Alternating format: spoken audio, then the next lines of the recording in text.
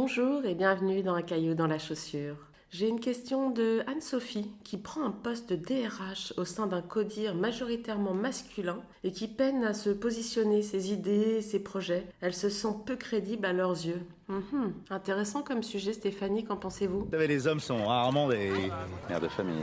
Oui, bonjour Anne-Sophie. Il est vrai que certaines entreprises et organisations peinent à intégrer, considérer un regard divergent. Car il ne s'agit pas tant de votre genre, Anne-Sophie, que de votre angle de vue. C'est là, en ce sens, que j'aborde la diversité et la divergence comme thématique centrale de la performance. Vous savez, la diversité, c'est la capacité d'un individu ou d'un groupe à entendre, considérer et intégrer surtout la contradiction et ce qu'elle peut apporter d'innovation. D'ailleurs, il est très intéressant de vous demander quels sont les réels freins de la diversité au sein de l'entreprise et est-ce qu'ils sont seulement attribués au genre. S'agit-il d'un sujet homme-femme ? En tout cas, on parle souvent beaucoup de résistance au changement plutôt que la femme, il est vrai, porte souvent. De par son point de vue qui diverge, elle propose une approche souvent différente, souvent plus globale, souvent plus en intégration de l'ensemble des éléments complexes de l'environnement et amène les individus de l'organisation à se remettre en question. Donc, est-ce que c'est parce que vous êtes une femme ou est-ce que c'est parce que vous amenez un point de vue différent ? Je vais partir du principe que c'est plutôt votre angle de vue. Eh bien, la solution est plus simple à trouver parce que vous n'allez pas vous transformer en homme, même si c'est intéressant du point de vue de la confiance. Vous dire que vous seriez à la place d'un homme, vous porteriez avec la même énergie et la même conviction vos projets et vos idées. Mais on va plutôt l'amener comme comment faciliter la diversité et la divergence au sein d'une organisation qui est un peu en résistance. Et là, il y a deux grandes catégories de réponses. Une première sur la relation et une deuxième sur les jeux d'influence. Sur la relation, j'ai 3 pistes à vous proposer. La première, c'est rassurer votre environnement. À partir du moment où vous avez un point de vue différent, il peut inquiéter, il peut faire peur. Plus votre relation va être forte et en proximité, plus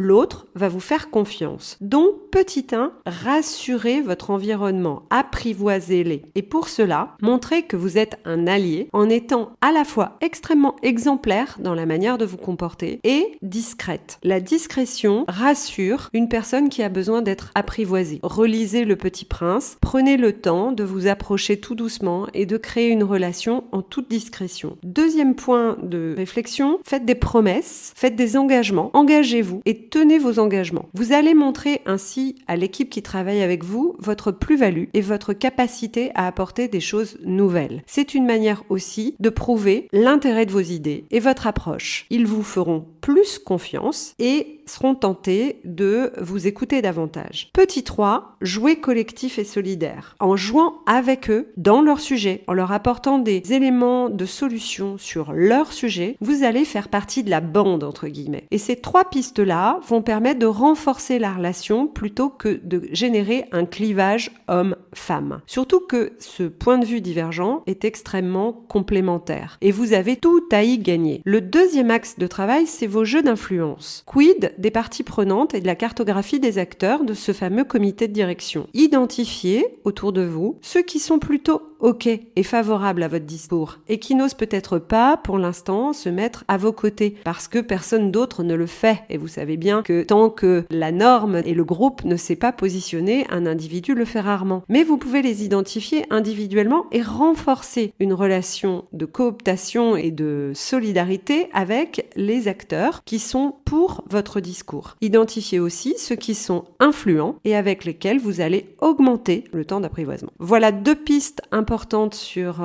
comment renforcer votre position au sein d'un comité de direction. N'oubliez pas une chose, c'est que vous êtes en prise de poste, qu'ils ne vous connaissent pas et que vous avez tout simplement aussi besoin de temps pour renforcer et affirmer votre crédibilité et votre position. À très bientôt Anne-Sophie. Merci Stéphanie, très intéressant comme sujet. À bientôt.